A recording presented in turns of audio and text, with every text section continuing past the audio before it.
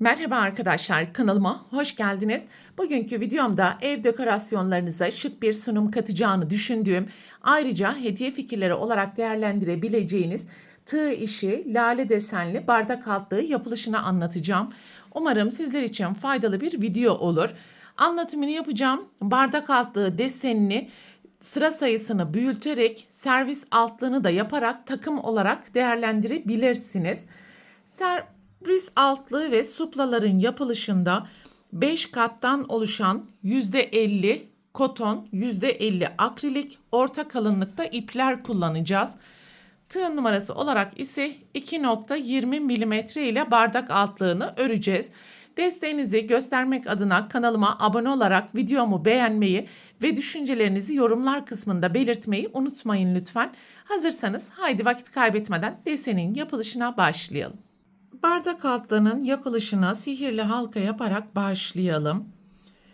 2 zincir, halkanın içerisine ikili trabzan yapalım. Ve başlangıç zinciri ile birlikte halkanın içerisine toplam 14 tane ikili trabzan yapacağız.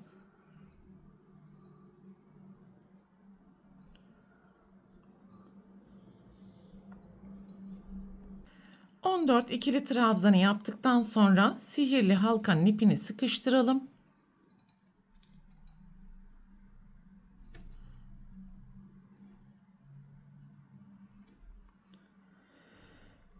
Ve yapmış olduğumuz zincirin üst kısmında görünen ilmeğin içerisine kayma dikişi yaparak sırayı tamamlayalım.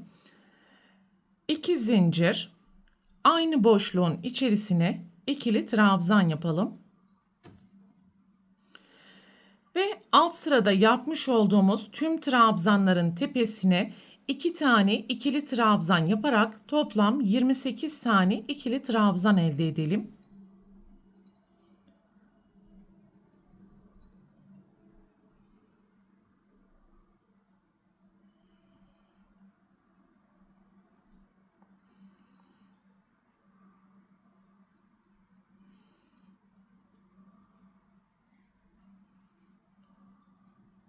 ...28 tane ikili trabzanı yaptıktan sonra ilk zincirin tepesinde görünen ilmeğin içerisine kayma dikişi yaparak sırayı tamamlayalım.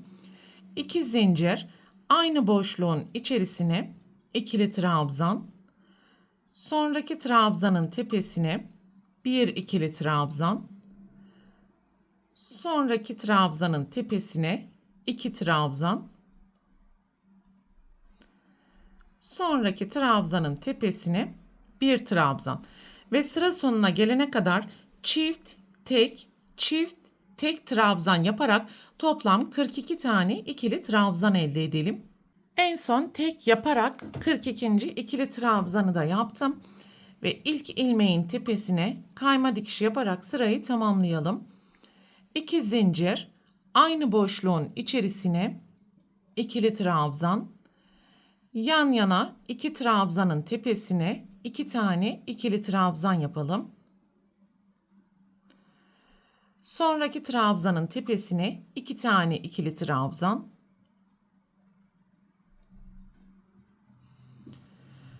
Yan yana 2 trabzan.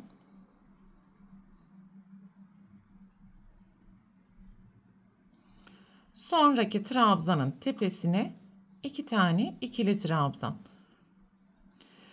Ve bu şekilde sıra sonuna gelene kadar çift 2 tek yaparak toplam 56 tane ikili trabzan yapalım. Yan yana 2 tane tek yaparak toplam 56 tane ikili trabzanı yaptık. Ve bu kez zincirin tepesine kayma dikişi yapalım.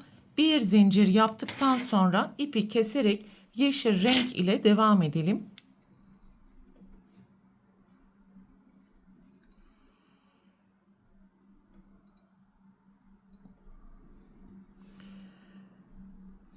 Ve 4. sırada yapmış olduğumuz herhangi bir trabzanın alt noktasından ipi sabitleyelim.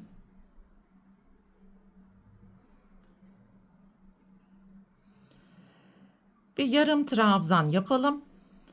Tığda 2 tane ilmek beklerken aynı boşluğun içerisinden 2 tane ilmeği kapatalım ve son 3 ilmeği birlikte kapatalım. 2 zincir.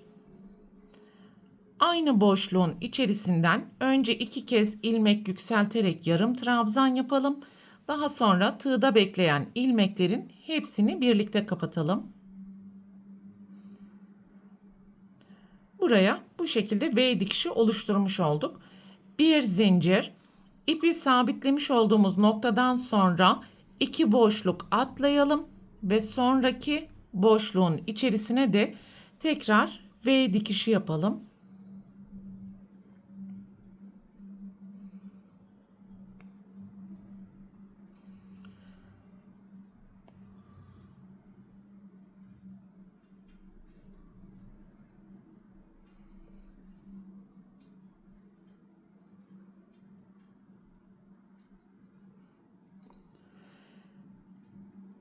Bir zincir, 2 boşluk atlayalım ve aynı işlemi tekrar edelim.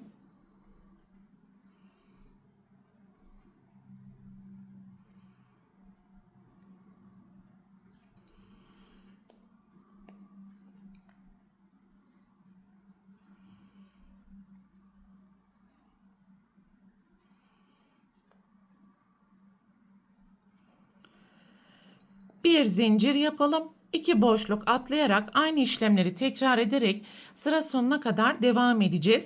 V'leri yaparken 2 zincir, V'ler arası geçişte bir zincir yapmayı unutmayalım. Yan yana toplam 14 tane V dikişi yaptık. Sıranın sonuna geldiğimiz zaman bir zincir yapalım ve ilk yapmış olduğumuz ilmeğin tepesine kayma dikişi yaparak sırayı tamamlayalım. Bir zincir yaparak ipi keselim ve üçüncü renk lalelerde kullanmak istediğiniz renk ile devam edelim.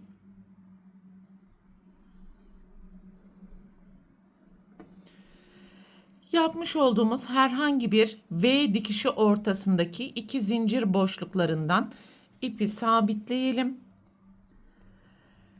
3 zincir, aynı boşluğun içerisine 4 tane ikili trabzan yapalım. Başlangıç zinciri ile birlikte toplam 5 tane ikili trabzan olmalı.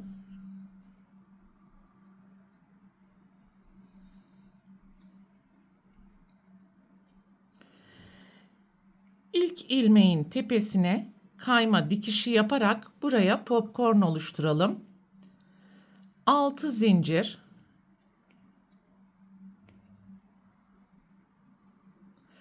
Sonraki V dikişi ortasına 5 tane ikili trabzandan oluşan popcorn yapalım.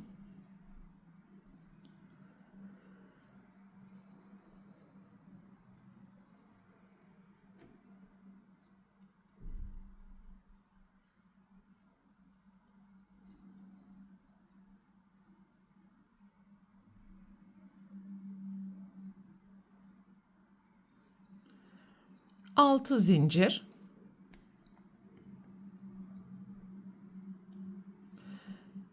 Sonraki V dikişi ortasına 5 tane ikili trabzandan oluşan popcorn yapacağız ve bu şekilde sıra sonuna kadar yapmaya devam edelim. Sıranın sonuna geldiğimiz zaman 6 zincir yapalım ve ilk popcorn'un tepesine kayma dikişini yaptıktan sonra bir zincir yaparak ipi keselim. Tekrar beyaz renk ile devam edelim.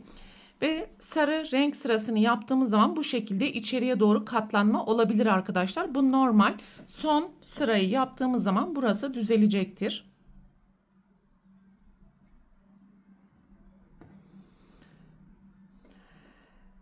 Ve yapmış olduğumuz herhangi bir 2 popcorn ve 2 V arasından ipi sabitleyelim.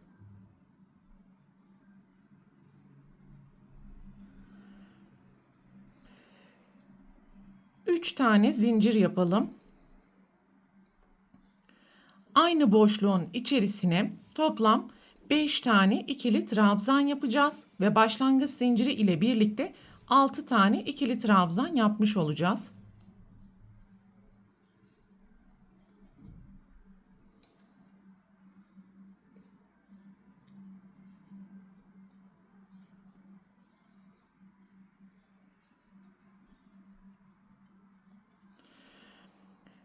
Ve sonra gelen popcorn'un orta noktasından ilmek çıkartarak sık iğne yapalım. Sonraki 2 popcorn ve 2 V'yi birlikte alarak 6 tane ikili trabzan yapalım.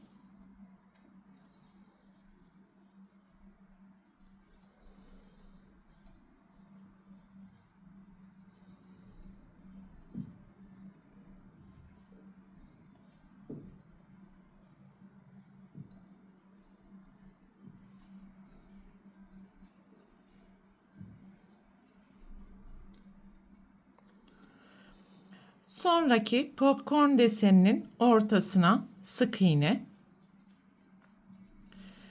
Bir sonraki 2 ve 2 popcorn arasına tekrar 6 tane ikili trabzan yapalım ve bu şekilde sıra sonuna kadar yapmaya devam edelim.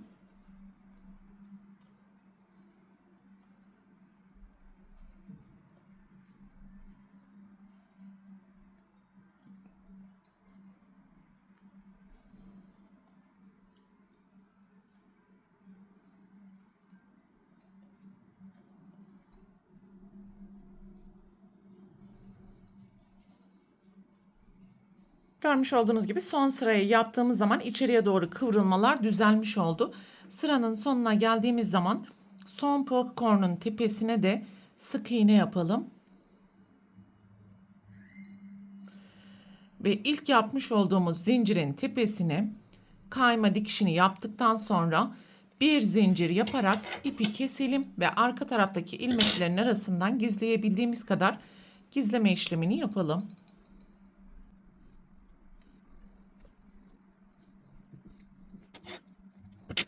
Deseni tamamladıktan sonra en son ütünün buhar yardımı ile arka taraftan düzleme işlemlerini yapabilirsiniz arkadaşlar. Bu videoda anlatacaklarım bunlardan ibaretti. Umarım sizler için faydalı bir video olmuştur.